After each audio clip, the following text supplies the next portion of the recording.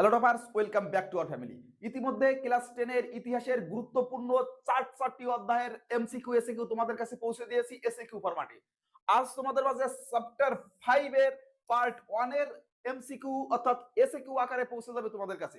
তোমরা এই এসিকিউ গুলো তাড়াতাড়ি গুলো মুখস্থ করে নাও এবং যারা আগের ভিডিওগুলো দেখোনি তারা অবশ্যই ডেসক্রিপশনে লিংক দেওয়া আছে, ভিডিওগুলো দেখে নাও, কেননা এর থেকেই তোমার পরীক্ষায় প্রশ্ন আসবে। আর তুমি যদি এগুলো দেখে না যাও অবশ্যই পরীক্ষার সময় এগুলো মিস করবে। তো চলো দেখা যাক ইম্পর্টেন্ট যে চ্যাপ্টার 5 থেকে যে গুরুত্বপূর্ণ প্রশ্ন দেওয়া আছে, চলো দেখে নেওয়া যাক। Number 1, a grammar of the Bengal language কে কবে প্রকাশ করেন? নাথালিয়ান ব্রাসি হালেদ 1787 খ্রিস্টাব্দে। নাম্বার 2, হালহেদের বাংলা ব্যাকরণ কোথায় ছাপা হয়েছিল? অ্যান্ড্রুজের ছাপাখানায় হুগলিতে। খুব সুন্দর করে এই এমসিকিউটা মাথায় রাখবে। দেখো, আমরা এই অধ্যায়টা প্রধানত পড়ব ছাপাখানা প্রতিষ্ঠানের উপরে। ছাপাখানা প্রতিষ্ঠান যদি বলি আমরা, আমাদের মাথায় কি আসবে? অর্থাৎ সহজ কথায় জেরক্স মেশিন। অর্থাৎ একটা সময় ছিল কিন্তু আমাদের প্রত্যেকটা স্কুল কলেজ যে প্রতিষ্ঠানগুলো ছিল এখানে কিন্তু প্রচুর পরিমাণে বা পর্যাপ্ত পরিমাণে কি ছিল না? বই ছিল না। তো একটা সময় কিন্তু আমাদের প্রয়োজন পড়লো প্রত্যেকটা স্কুল কলেজ মেডিকেল কলেজ প্রত্যেকটা জায়গায় বই পৌঁছে দেওয়ার জন্য, এবং এই বই পৌঁছে দেওয়ার জন্য যে গুরুত্বপূর্ণ মাধ্যমটা ছিল সেটাই কি? আমাদের ছাপাখানা। অর্থাৎ এই ছাপাখানা থেকে প্রত্যেকটা প্রতিষ্ঠানের বই ছাপা হতো এবং প্রত্যেকটা ছাত্রছাত্রীর কাছে, প্রত্যেকটা কলেজের যারা অধ্যক্ষ ছিল তাদের কাছে এই বই এখান থেকেই পৌঁছে যেত। এবার তার জন্য যে ছাপাখানার প্রতিষ্ঠানের দরকার ছিল, সেজন্য এই অধ্যায়ে আমাদের বিশেষ গুরুত্বপূর্ণ অনেকগুলো সাল জানতে হবে। অর্থাৎ কোন স্কুলের বিষয়ে জানতে হবে, কোন কলেজের বিষয়ে জানতে হবে, অর্থাৎ এই প্রত্যেকটা কত সালে প্রতিষ্ঠিত হয়েছে এখানে খুবই গুরুত্বপূর্ণ রয়েছে। তো অনেকটা সাল আছে এখানে, একটু সাবধানের সাথে এবং পড়বে, কেননা এটা তোমাকেই মুখস্থ করতে হবে। চলো দেখা যাক 3 নম্বর প্রশ্ন। বাংলা মুদ্রণ শিল্পের জনক কাকে বলা হয়? Charles Wilkins. এটা কিন্তু 2 নম্বরের প্রশ্ন আসতে পারে। চার্লস উইলকিন্স স্মরণীয় কেন? দেখো 4 দাগ। চার্লস উইলকিন্স কাদের সাহায্য নিয়ে হালেদের বইটির কাজ সম্পন্ন করেন? পঞ্চনন কর্মকার ও জোসেফ শেপার্ড। দেখো, পঞ্চনন কর্মকার, যারা ভালো করে ইতিহাস বই পড়েছো তারা এই নামের সাথে অবশ্যই পরিচিত। এই প্রশ্নটা তোমাদের 2 নম্বরের প্রশ্নেও আসতে পারে।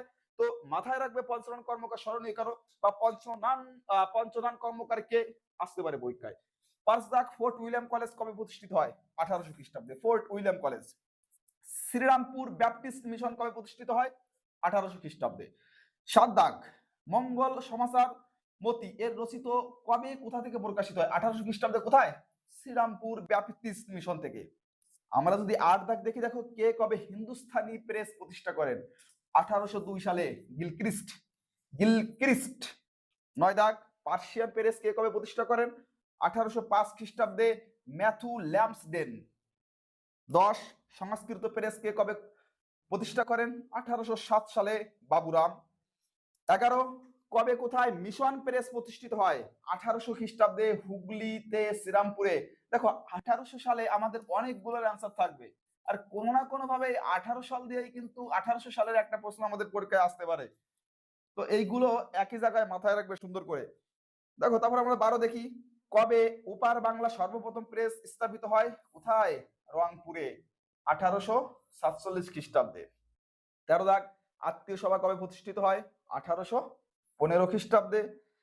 আমরা যদি 14 দাগ দেখি, দেখো হিন্দু কলেজ কবে প্রতিষ্ঠিত হয়? 1817 খ্রিস্টাব্দে। 15 স্কুল বুক সোসাইটি কবে প্রতিষ্ঠিত হয়? 1817 খ্রিস্টাব্দে। তো দেখো এই যে 15টা এমসিকিউ অর্থাৎ এসএকিউ ফরম্যাটে দেওয়া আছে, তাড়াতাড়ি তুমি মুখস্থ করে নাও, কেননা ভাই পরীক্ষা বেশি দিন আর নাই। তাড়াতাড়ি দেখে নাও। চলো নেক্সটে কি আছে। হেয়ার স্কুল কবে প্রতিষ্ঠিত হয়? দেখো শুধু সাল আর সাল। 1818 খ্রিস্টাব্দে। কলকাতা স্কুল সোসাইটি কবে প্রতিষ্ঠিত হয়? 1818 খ্রিস্টাব্দে। সংস্কৃত কলেজ প্রতিষ্ঠিত হয় কত খ্রিস্টাব্দে? 1824 খ্রিস্টাব্দে। বাঙ্গাল গেজেটটি কে প্রকাশ করেন? গঙ্গা কিশোর ভট্টাচার্য। 4 নম্বরের জন্য গুরুত্বপূর্ণ প্রশ্ন, টিকা লেখো। গঙ্গা কিশোর ভট্টাচার্য। কলকাতা বা মেডিকেল কলেজ কবে প্রতিস্থাপিত হয়? 1835 খ্রিস্টাব্দে। 1835 খ্রিস্টাব্দে প্রতিষ্ঠিত হয় এই রকমের আরেকটা প্রতিষ্ঠানের নাম তাড়াতাড়ি কমেন্টে লিখে পাঠাও। দেখো 21 দাগ। প্রেসিডেন্সি কলেজ কবে প্রতিষ্ঠিত হয়? 1854 খ্রিস্টাব্দে। বঙ্গভাষী কলেজ কবে প্রতিষ্ঠিত হয়? 1887 খ্রিস্টাব্দে। কলকাতা বিশ্ববিদ্যালয় কবে প্রতিষ্ঠিত হয়? 1857 খ্রিস্টাব্দে। সেন্ট জেভিয়ার্স কবে প্রতিষ্ঠিত হয়? 1862 খ্রিস্টাব্দে। দেখো শুধু সাল আর সাল, ভাই ক্লান্ত হলে চলবে না, পড়তে হবে সাল। দেখো 25 মেট্রোপলিটন কবে স্থাপিত হয়? 1872 খ্রিস্টাব্দে। 26 গুপ্ত যন্ত্র কে স্থাপন করেন? দুর্গাচরণ গুপ্ত। গুপ্ত যন্ত্র কে আবিষ্কার করেন? দুর্গাচরণ গুপ্ত। 27 দাগে স্কুল বুক প্রেস প্রতিষ্ঠা করেন কে? প্যারিচরণ সরকার। 28 কে কবে বর্ণ পরিচয় প্রকাশ করেন? বিদ্যাসাগর 1855 খ্রিস্টাব্দে। ইউএন রায় অ্যান্ড সন্স কে কবে প্রতিষ্ঠা করেন? উপেন্দ্র কিশোর রায় চৌধুরী কত সালে? 1895 খ্রিস্টাব্দে। আমরা যদি 30 দাগ দেখি, শিবপুর বোটানিক্যাল গার্ডেন কবে তৈরি হয়? 1787 খ্রিস্টাব্দে। চলো ভাই 30টা এমসিকিউ বা এসএকিউ ফরম্যাটে অলরেডি তোমরা পেয়ে গেছো।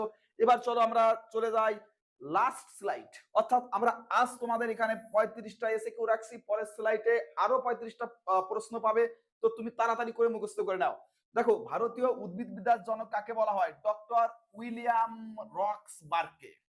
কবে এশিয়াটিক সোসাইটি প্রতিষ্ঠিত হয়? 1784 খ্রিস্টাব্দের 15 জানুয়ারি। এশিয়াটিক সোসাইটির প্রাণ পুরুষ কে ছিলেন? William Jones.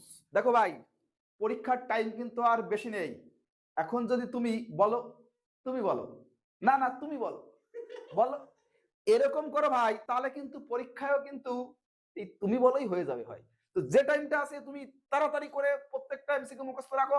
তুমি বলো, হ্যাঁ বলো, বলো, এটা পরীক্ষার পরে বলো। চলো 34 এশিয়াটিক সোসাইটি প্রথম ভারতীয় সভাপতি কে ছিলেন? রাজা রাজেন্দ্রলাল মিত্র। রাজা রাজেন্দ্রলাল মিত্র। 35 কে বাংলা অক্ষর তৈরি করেন? পঞ্চানন কর্মকার। চলো 35টা এমসিকিউ তাড়াতাড়ি করে মুখস্থ করে নাও, আর আমি তোমার জন্য তৈরি করি পরের স্লাইড।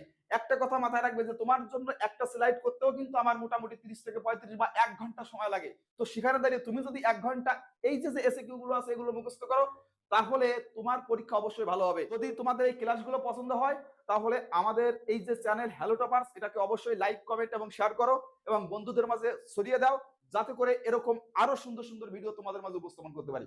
Thank you.